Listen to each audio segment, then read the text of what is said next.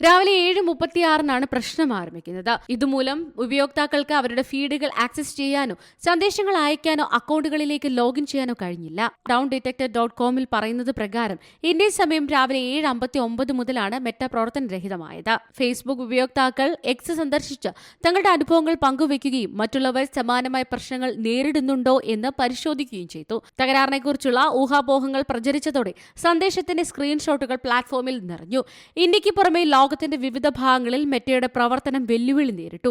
26-ാം തീയതി രാത്രി മുതൽ തന്നെ മെറ്റയുടെ ആപ്പുകളിൽ പ്രശ്നങ്ങൾ നേരിട്ടുവെന്നാണ് എക്സിൽ വരുന്ന പ്രതികരണങ്ങൾ. 89% ഉപയോക്താക്കളും വെബ്സൈറ്റിൽ പ്രശ്നങ്ങൾ നേരിട്ടപ്പോൾ 10% പേർക്ക് വെബ്സൈറ്റിൽ ലോഗിൻ ചെയ്യുന്നതിൽ പ്രശ്നം നേരിട്ടതായും ഏകദേശം 7% പേർ ഫേസ്ബുക്ക് ആപ്പ് ഡൗൺലോഡ് ചെയ്യുന്നതിൽ പ്രശ്നങ്ങൾ നേരിട്ടതായും റിപ്പോർട്ടുകൾ പറയുന്നു.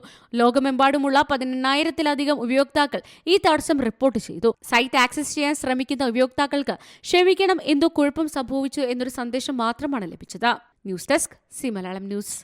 ഏറ്റവും പുതിയ വാർത്തകളും വിശേഷങ്ങളും വിരൽ തുമ്പിലറിയാൻ സി മലയാളം ന്യൂസ് എല്ലാ ഡിജിറ്റൽ പ്ലാറ്റ്ഫോമുകളിലും ലഭ്യം.